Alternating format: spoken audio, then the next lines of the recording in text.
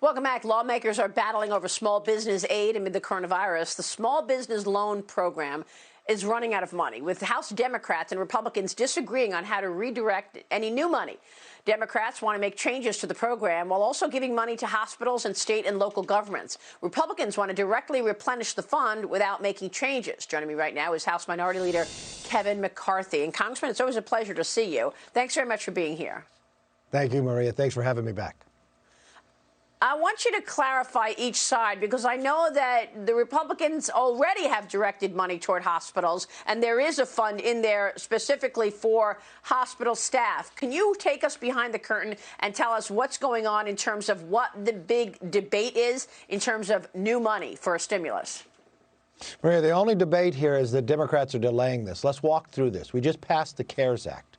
There is $100 billion in there for hospitals. $30 billion of that is already out. Another $70 billion to go out. There's $150 billion sitting in there for states across the United States. In the small business, we're trying to keep people hired. We had a program that allowed a small business to apply for a loan.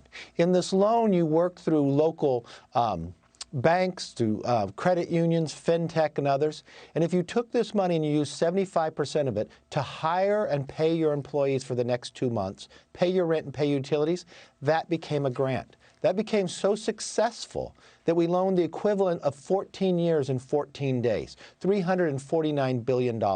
We knew more than a week ago that we would run out of money, so the administration requested more. It didn't need any more change to it, just replenish something that is successful. So we went to the floor to add it, 1 pages. The Democrats showed up where it could have been passed just by unanimous consent to object. They wanted to object to even make it more difficult for a small business to gather this loan. Right now, it's just a 2-page application. Now they want the data and the information of every single person going through from who you employ all the way. We just simply take the 2.5% of your expenses. Why are they saying no to small business? Why are they saying no to hardworking taxpayers? They say they're the party of fairness, but this is just not fair. This is only designed to keep people hired. There are 22 million reasons why the Democrats should say yes, but they sent somebody here just to object. This is exactly what Speaker Pelosi did on the passing of the CARES Act, to hold it up, to put in her policies, to bring up election law, bring up a Green New Deal and others. That has nothing to do with this. This was a bipartisan bill. Add money to where it is successful or needs it. If more money is needed in a hospital, we'll add it. But there's $70 billion sitting there, $150 billion sitting there for the states. They're not running out of money. This program that only hires people. But why would they stop it? I don't understand this. I mean, why would they stop something that is desperately needed? We know that the economy is on the precipice of a recession. We know that the unemployment benefits continue to rise. 22 million people filed for unemployment benefits in the last 4 weeks. What's the reason? Why are they stopping any new money going into to save the problem, fix the problem? They do not have an answer. For the same reason, why did Speaker Pelosi and Schumer stop the CARES Act and hold it up for a week? And the only thing they added to it was more money for the Kennedy Center. Nothing to do with the coronavirus. This is a 1-page bill. This doesn't change any policy. It has a program that is working better than we've watched any time before. There's more than 5,000 banks now approved. Do you think that there are some things that maybe could be tweaked, like putting the money aside? I agree with you in terms of the money. The small business needs the money yesterday.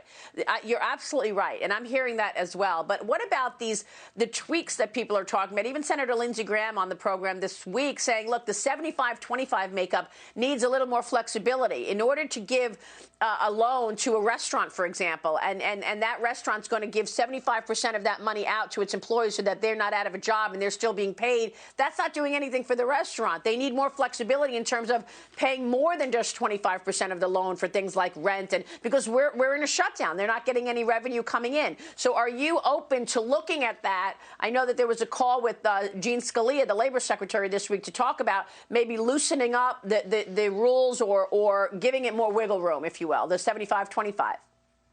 Well, Maria, right now I'm in Washington, and so is Leader McConnell, but Pelosi and the others are not. If you want to take enough time to keep working and changing that, that's going to take time, and you could deal with that when people are coming back. Right now, if you think it needs wiggle room, it's the only program that has run out of money, so it must be working well. And the idea here is it's better that someone keeps a job than goes to the unemployment line. That's exactly what this does. It's better that the small business could pay their rent so the landlord and banks do not have a financial crisis. Pay the utilities. It keeps them afloat. It's the liquidity bridge that keeps you for the next 2 months. And now we have the president planning to be able to open up this country in a safe manner. And part of that is making sure the restaurants can open up in a safe manner as well and get income coming in. Right. But right now, the Democrats are delaying something that proven that has worked.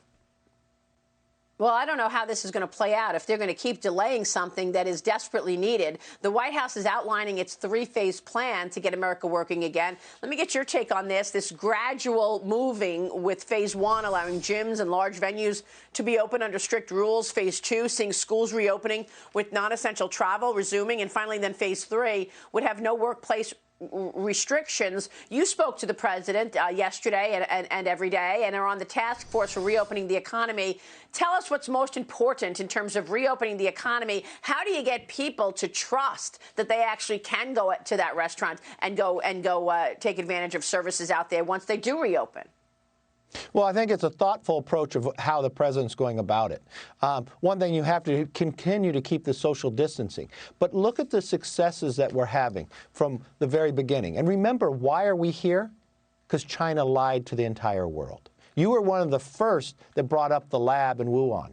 You're one of the first that have been talking about China, and then their control of what they have onto our markets. You look at from the medical supply and others. They pretty much have a medical monopoly, especially from the ingredients to our drugs and others. That is something that has to change going forward. But as we open this up, we should open it up in phases. The rest of America is not the same in each part. So we look at the areas that can open. We keep the social distancing. We make sure if somebody is sick that we monitor and put them and keep them quarantined in the process. I think we're much smarter today than we were before this virus came out.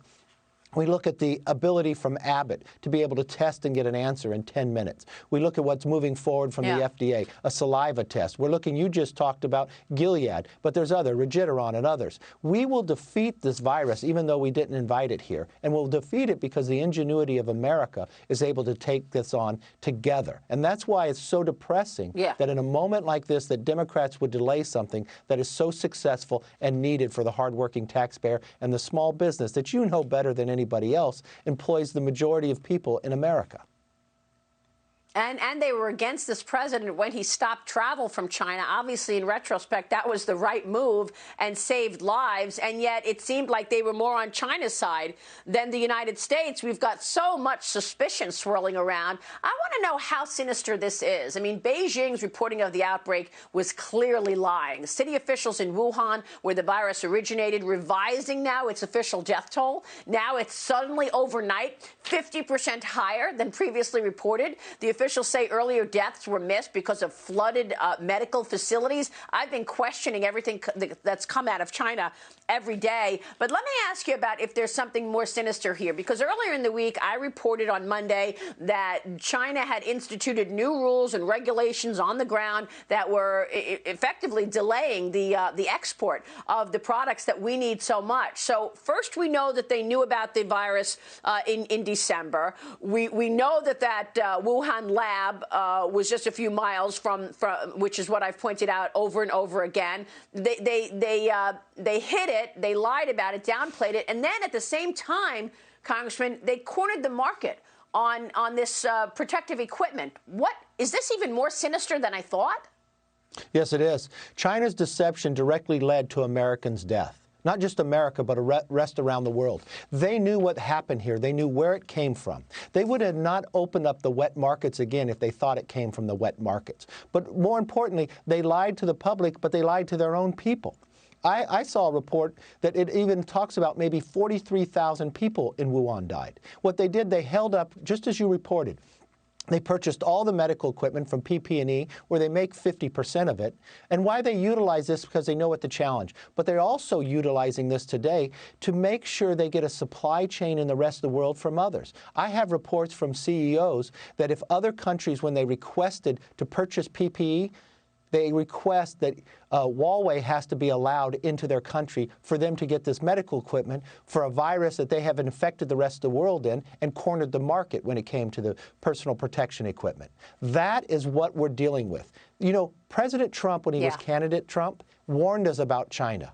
He's gone after China. If there's one thing that should unite America here together, is that we never let ourselves to be in this position again, from critical minerals and others, from the ingredients that go into our medicines. But the idea that China could put us in this problem, lie to the rest of the world, and now kind of corner the market and utilize that for the supply of what they have in medical equipment to get a better supply chain when it comes to technology to spy on other countries, that is something that we should not stand for nor allow, and change the direction.